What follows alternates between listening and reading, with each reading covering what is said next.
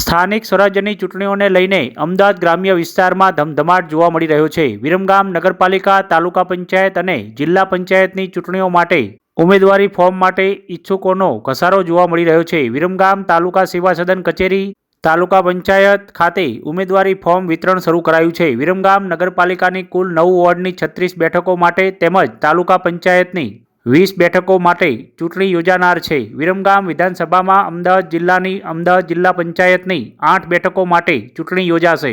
આજરોજ વિરમગામ નગરપાલિકા ચૂંટણીને લઈને 12 ઉમેદવારી પત્રો દાવેદારો દ્વારા ઉપાડવામાં આવ્યા હતા। વિરમગામ તાલુકા પંચાયતની ચૂંટણીમાં આજે કુલ 19 અને જિલ્લા પંચાયતની ચૂંટણી માટે સંભવિત ઉમેદવારોએ ફોર્મ ઉપાડ્યા હતા।